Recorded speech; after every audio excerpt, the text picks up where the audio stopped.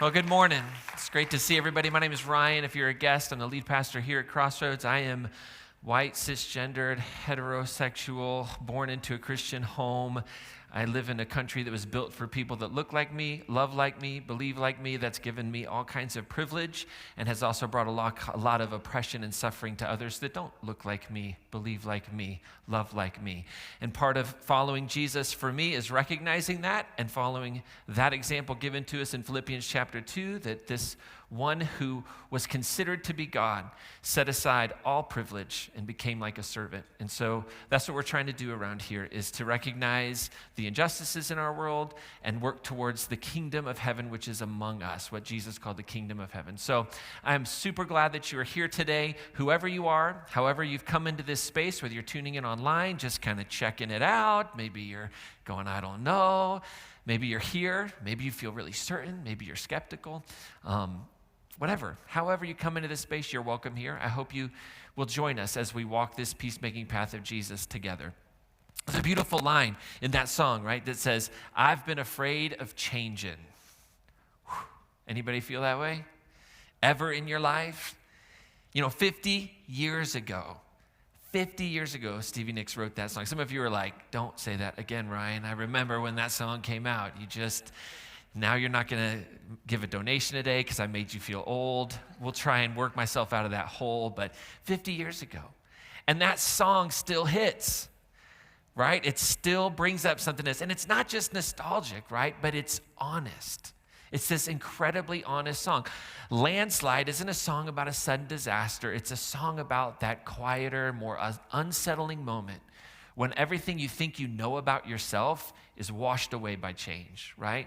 There's this reflection that the singer, that the person in the song sees in this snow, and then it's all gone through the landslide, right? When all of a sudden, there's not been this real big explosion in your life, but there's been change, and the ground is shifting all around you.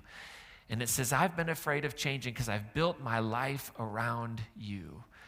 Right? Within the song, it's probably this idea that a person in their life is not there, and the reflection, who they see, how they see themselves, is now shifting and changing. And that line lands with us. That song lands with us because we've all built our lives around something. And we've all experienced, and if you haven't yet, you will, especially if you haven't gotten to middle school yet, you will have that experience where you've built your life around something, and then change hits that something. So maybe it was a role that you had. Maybe there was a relationship. Maybe it was a belief system. Maybe there was a version of yourself that you had finally come to settle into, and all of a sudden that version of yourself seems to be getting an update, a reboot. Maybe there was a season of life that felt comfortable and wonderful, and everything was in order, but then all of a sudden that season that once held you no longer holds you. For a church, maybe it's a building. We can build our lives around things like buildings. We can build our identities around things like building. And then one day, without any warning, we realize that what once supported us may no longer be able to carry us forward. And that's the moment that this song names so well. When change is no longer theoretical and it's no longer optional, but it's terrifyingly present in that moment. And this is a beautiful song because it doesn't rush to hope. It doesn't offer answers. It just sits. It sits with the fear. It sits with the anxiety. It sits with the uncertainty of loss. It sits with our doubt. And that's why it still speaks to us. That's why you sang along with it when it started playing. Right? That's why you know it. That's why you feel it in your body, right? You just feel it. It's not just a good melody or the words rhyme. It speaks to an inner psychic reality in our lives, that we all have those moments where we're standing on the mountain and we're both looking back and looking forward at the same time, and we're a little out of sorts. It's not quite where we were. We're not quite where we're going, but we're standing on this uncertain ground, and we're asking this really powerful question in the song.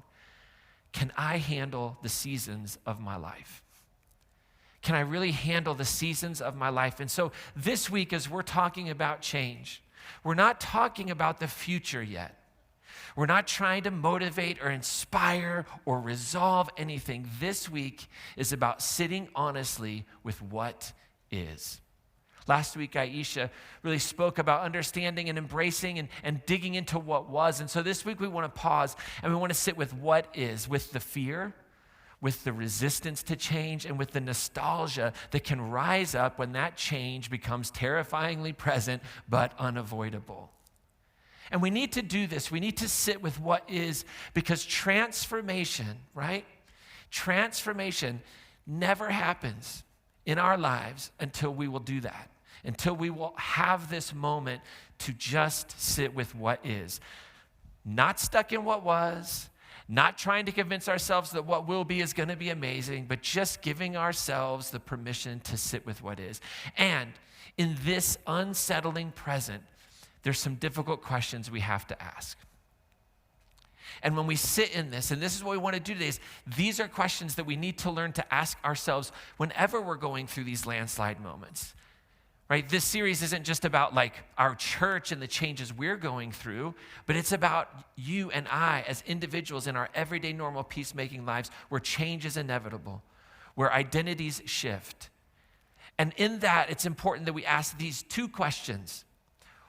Why in our lives do we cling to what no longer serves us? Why do we do that? And how do we begin to shift from a nostalgic past to a hopeful future?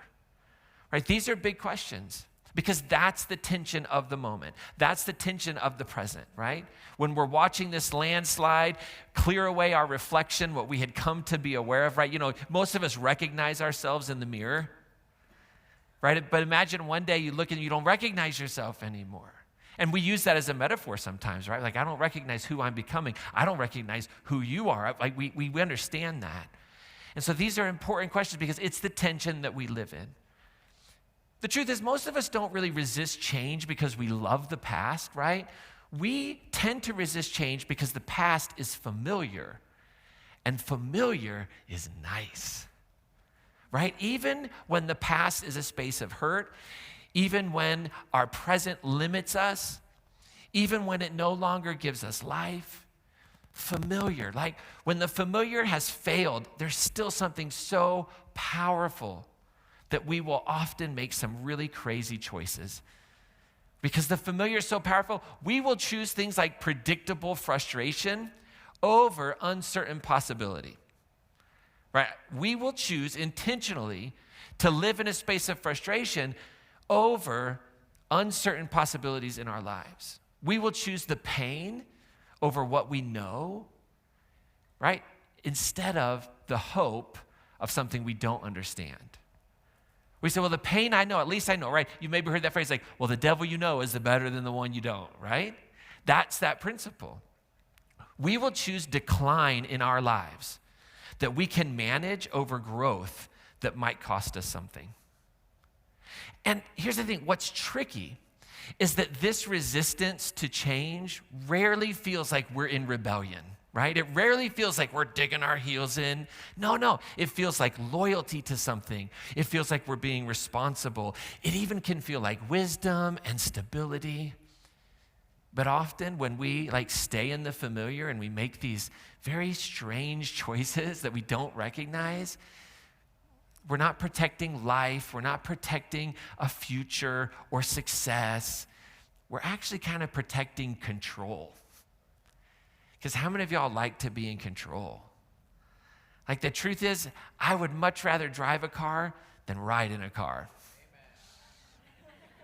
Like y'all are the same way. And there's a reason that systems thinking and systems theorists tell us that people and organizations will choose manageable decline over risky transformation. Because at least the decline feels familiar, right? At least we know how to survive it. But here's the hard truth. If we're not careful, we can leave a place physically while we remain there emotionally. So we might actually say, okay, I've got to change, and we can start to move forward, but there's still something that emotionally ties us to it, the way we look back towards that side of the mountain. And so we move forward in calendar time. We accept that the relationship has ended, the divorce has happened. We accept that the job is over with. And yet there's something in us that's rooted in that earlier version of ourselves. And it holds us back from what is next. And any of you that have gone through a significant relational breakup, someone you've been with for years and years and years and maybe decades, and then that ends and you start to navigate the waters of a new relationship, what do you generally start doing? You generally start displacing what that person that you were with for so long did that hurt you onto the new person who has a completely different biography and is going to hurt you in completely different ways. But right, we bring that with us because we still, like the calendar has moved forward, but we live in that space. And in a sense, that's kind of what nostalgia does. Nostalgia can bring us to kind of the painful, but also the things of our past that are really powerful and beautiful.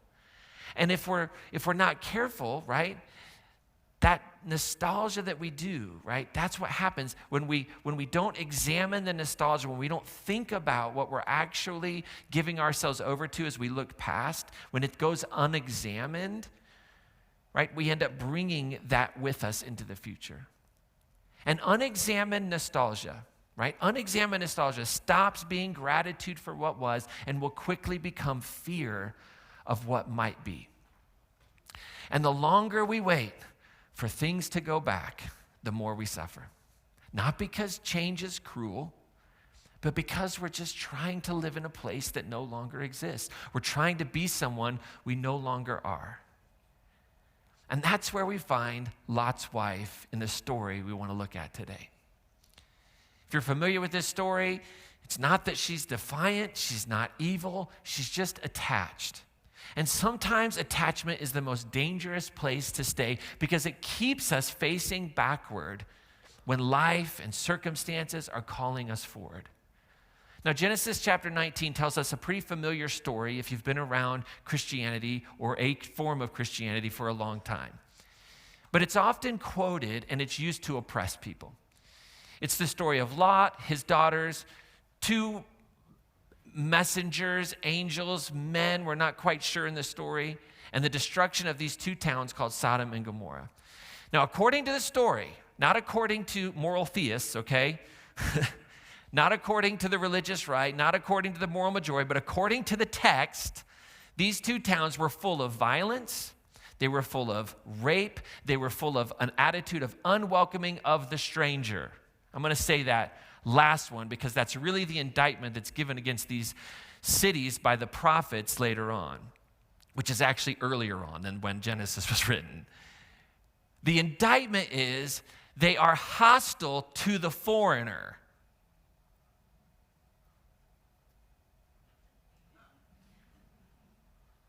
I'm going to let you connect the dots. The indictment has nothing to do with the orientation of the violence. The indictment has nothing to do with who is being raped, how they're being raped. The indictment is hostility to the foreigner who needs care. That's the sin of Sodom and Gomorrah in our text and in our tradition. Like, that's the ultimate root issue here. And to me, as I was looking at this story and I was thinking about it, like, I just hits me like this story feels like what is happening in our country right now. If we want to be honest and we want to actually self-reflect and we want to set aside the moral majority and we want to set aside moral readings of Scripture, and we want to actually look at what the indictment is a lack of care, a lack of humanity, a lack of concern for those that are in need of care and concern in a foreign place. That's the indictment. And so I would submit to you, it's not even worth our time to deconstruct this passage and talk about why it has nothing to do with a person's sexual orientation, blah, blah. I don't even want to give time to that nonsense. Because we should be focusing on what it does indict all of us for is our inability to open our homes at the micro level and to open our borders and to have healthy ways in which we care for the world at a macro level. Like, that's what it means to follow Jesus on the peacemaking path. It's not anarchy.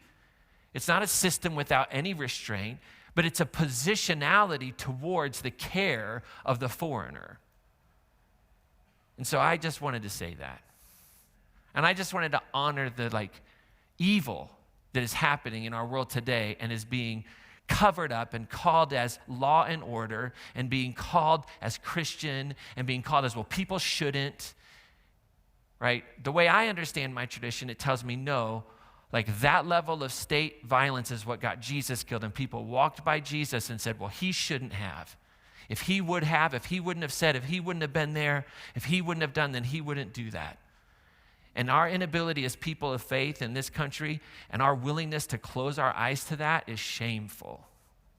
Okay, I'm done. All right, we'll move forward. But it's this story of powerful people acting with violence and disregard for the humanity of the foreign person, the stranger that's in need of care.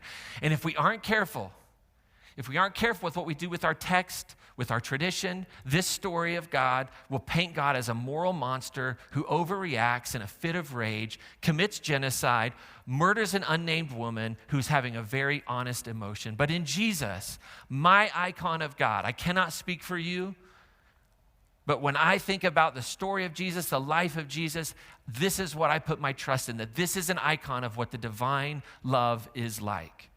And I know that through that image, that genocide, murder, is not divine love. That is not, burning cities is not the God that we see in Jesus. I mean, it's antithetical. It's part of the reason why we need Jesus, because we want the God who gets them. I mean, let's be honest, like even right now, like a lot of us are like, get them, God. It's just not God's nature. As we see in Jesus, who says, love your enemies, pray for those who persecute you, who stood on a cross. He didn't stand on a cross, who was nailed on a cross. And our story tells us, which Jesus probably didn't actually say this because you don't talk much when you're hanging on a cross. It's a metaphor of what the cross means. Father, forgive them, for they know not what they do. And while I hold and trust that Jesus probably historically was never able to say that on the cross, my tradition interprets this beautiful moment as that's what Jesus is doing. And so it's truth. Okay, I gotta let it go. But in Jesus, we know this, right? We know that divine love doesn't destroy people for having human emotions. We know that love doesn't punish grief. We know that love doesn't annihilate someone for turning around in fear, okay? And to add to the complexity of this story, we need to name the patriarchy and the sexism in the story. We gotta name it. Lot, the male, is given a name. His wife and daughters are unnamed. They're just simply characters in a plot line.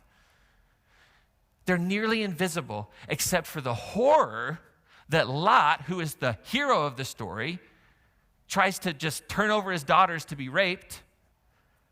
And we know that of his wife only in this one devastating moment of grief and attachment and pain. So I hold that this story, at the end of the day, is not about what God does to her or to anyone. It's a narrative that's part of our tradition, and regardless of what it might teach us or show us about life, our propensities, it does reveal our propensity to do violence and to dehumanize women, and the least of these without any shame or regard.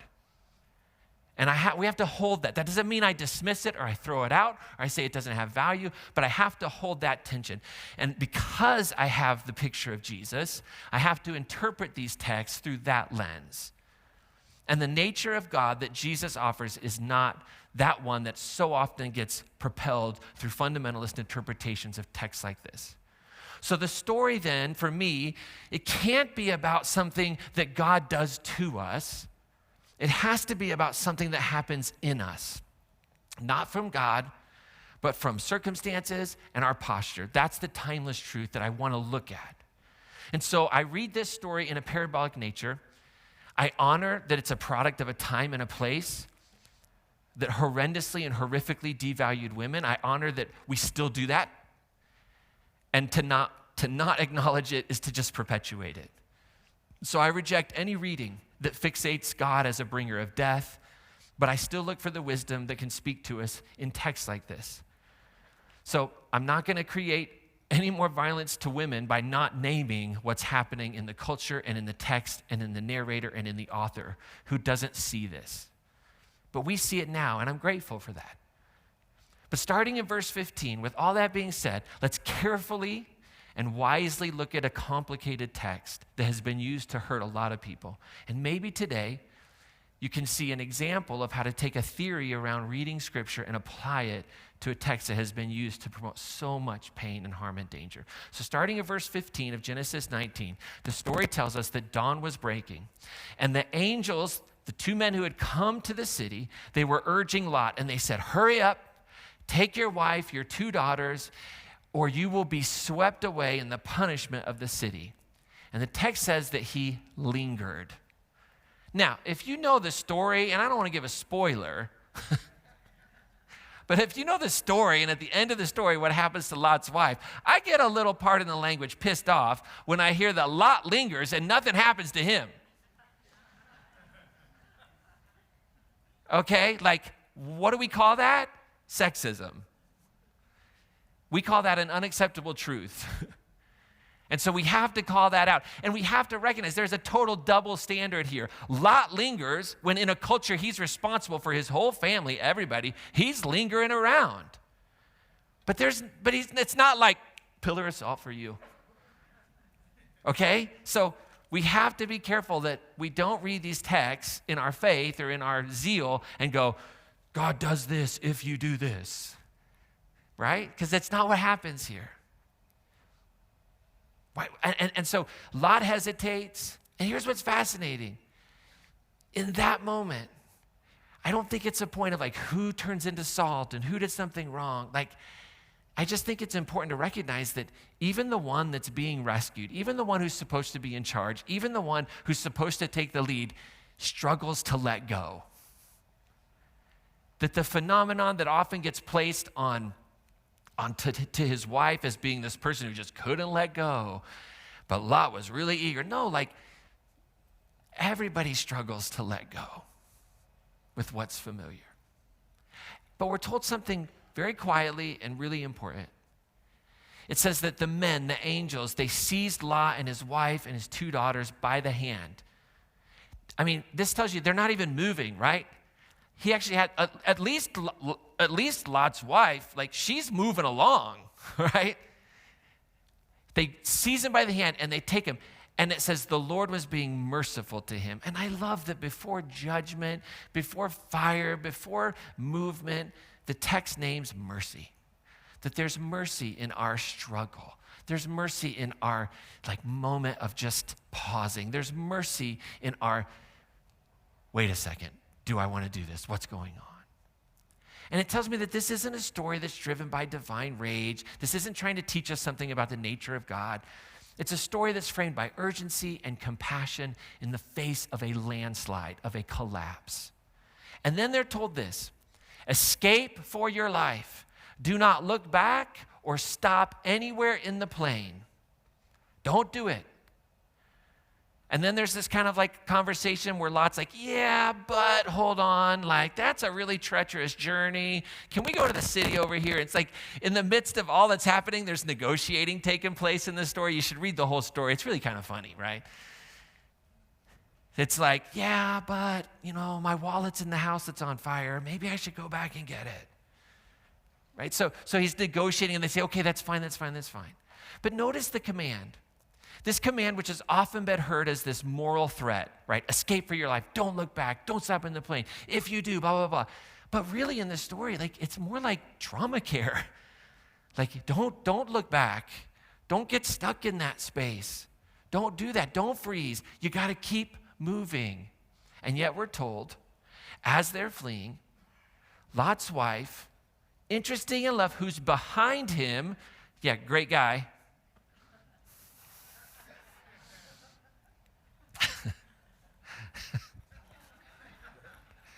I'm sorry, come on. Who's terrible leadership. Just biblical manhood right there. I love it. It's just that, so I'm going to get myself in trouble, right?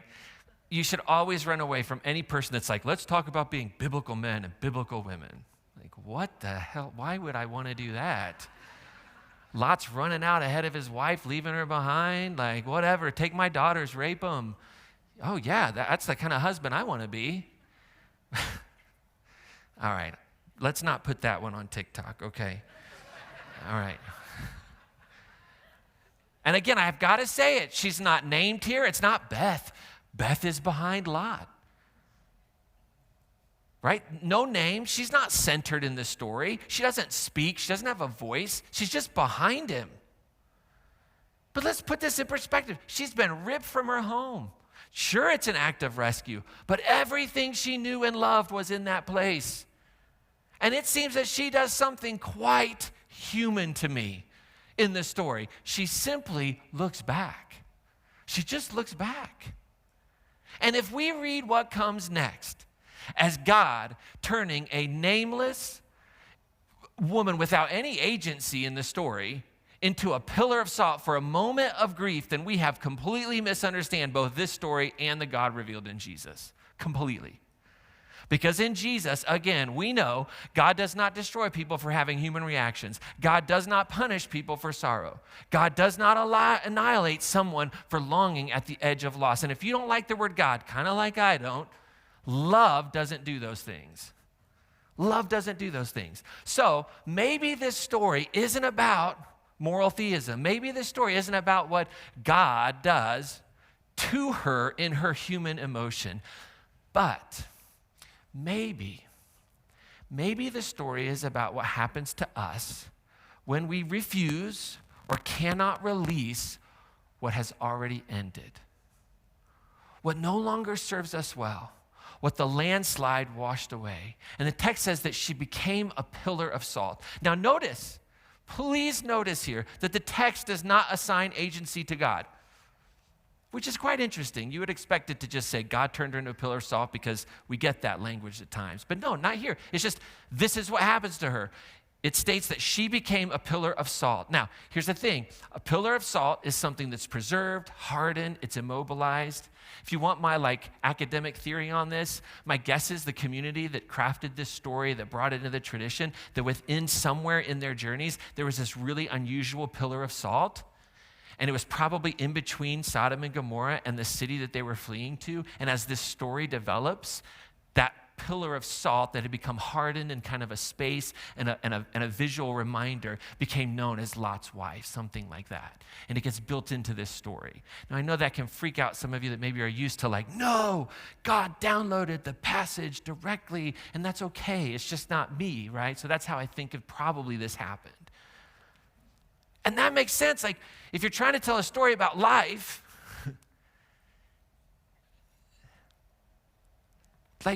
we know that we kind of understand that truth. We understand that maybe the story is really not that Lot's wife is struck down, but that she's stuck. She's stuck. See, I don't believe for a second that Lot's wife looks back in rebellion.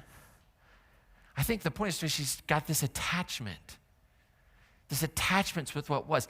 I seriously doubt that as a human being, she longs for the place that was perfectly willing to rape her guests and her daughters. Of course not. But perhaps she's longing for the place of the memories of where her children were born, where they were raised, where her children were married. And so the story can offer us really great wisdom. That looking back briefly, right, that could be grief. And looking back honestly, that's human. That's human. But looking back too long can freeze us in a moment that no longer exists. Can freeze us in a memory that is not real. And the danger isn't memory. The danger is immobility. That's the real danger. Now, raise your hand up nice and high if you have ever felt stuck in life.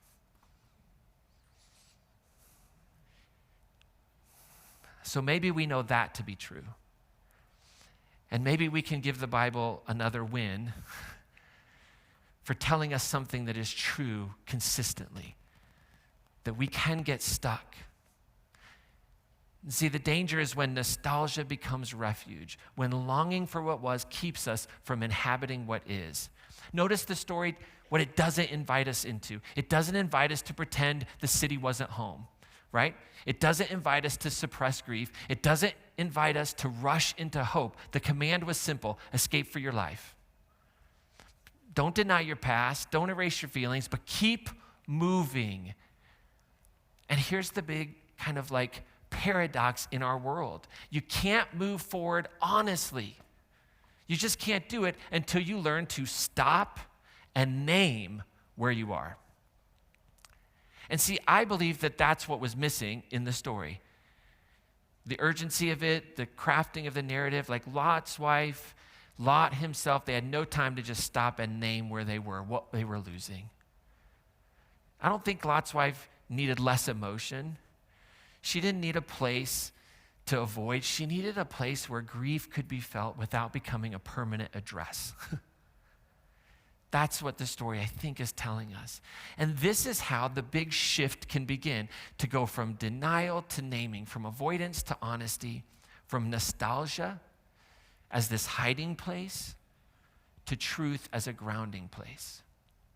Because it's only when we can actually say, this is what I'm afraid of, this is what I will miss, this is what I'm losing, this is what I don't yet understand, only then are we able to regain the freedom to begin to turn our eyes forward to what's ahead. And we always have to remember that the past is not a place of hope. The past is a place of memory. And that's important, because hope only lives in what has not yet happened. And while memory can serve us and memory can do beautiful things for us, memory doesn't bring hope. Divine love never asks us to live in denial of the past, to pretend our memories don't exist. Divine love invites us to live in trust that the past is not wasted, no matter how painful. Divine love doesn't require us to exercise avoidance in order to experience it. No, divine love meets us in truthful presence. And if you don't believe me, read the Psalms. The Psalms are full of pain and loss and heartache, honestly felt, honestly articulated. And so the invitation of this moment, literally this moment of communion, the invitation is not to develop an urgency or to feel shame about what you might be experiencing as loss in your personal life because of a change or as a part of this church because of change. But the invitation is to honesty. And to trust that the people in your lives can handle your honesty, to trust that divine love can handle your honesty. So you be honest with yourself and others about the landslide moments. I want to encourage you to stand right where you are honestly, to name what is real in your heart vulnerably, to let your fear speak truthfully, to let your grief breathe heavily. And then, only when you're ready, not rushed, not coerced, then you can begin to turn your gaze forward. And transformation, right? Transformation in the midst of the landslide, it doesn't begin with answers. It doesn't. It just begins with honesty. Our questions, our fears, our frustrations. But here's what's really cool. If we'll begin with honesty about our present, if we'll begin with vulnerability, if we'll begin there, our hearts can be opened to future redemption. Otherwise, we'll get stuck as a pillar of salt, longing for the good old days, living in nostalgia. But here's the thing, it's redemption after the heartbreak is named. It's redemption after the move. It's redemption after the new job. It's redemption after the landslide. And redemption reminds us, that when this landslide comes and when it changes us, this is the beauty of redemption, that we do actually, in fact, have the strength to sail through the changing ocean's tides. and that we do have the strength, in fact, to handle the seasons of our lives, because the same Spirit that raised Christ from the dead lives in you. And that's the beauty of it. And as we open our hearts during this time of communion, where we come to the table, where we're invited to this table that is set by love, we ask the question, what is God inviting you into at the table? Maybe this is a time for you, just a few minutes, to admit to yourself that you've been stuck. Maybe in this moment, you need to give yourself permission to feel those present feelings, to feel the insecurities about the future. Maybe it's an invitation for this week to find somebody that you know cares about you, that you can trust, that you can talk honestly with them about fears that you're experiencing related to a change in your life. I'm going to invite you to stand if you're able to and see this table as a space of invitation. The song that the band is going to lead us in while we have communion today has this lyric that says, I could just sit. I could just sit and wait for all your goodness and to wash over me, and it's so good. But the song says, but no, you've actually called me to something deeper. And I'll go, I'll follow. You've called me to something deeper. I'm going to follow. You've called me to change. And that's hard because what? Familiar, being in a space of it feels good. And so I encourage you during the song, open your heart, close your eyes, whatever you need to do, to just allow yourself to be in the space that you are without any judgment, without any condemnation, but with an understanding that if I stay here, I could calcify. That if I stay here, I could get stuck. But I need to be here. I need to be here. If you're a guest today, maybe you're not familiar with this tradition. At our church, we practice communion. There's a little piece of bread, some juice. It's gluten-free, alcohol-free, so everyone can participate if you'd like. This is an open table. We simply set it. The invitation is by divine love that is given to all equally, regardless of race, gender, sexuality, religion, any of that. This is just our tradition's way of saying that we are all loved. So you are welcome to these. There's no class to take. There's no paper to sign. There's no donation to give. It's just a moment. It's a moment to experience the beauty of radical, inclusive, divine love that is at the true heart of this tradition that started with a Jewish peasant in Galilee who gave his life fighting the injustices of his world. The body of Christ broken for you, the blood of Christ shed for you.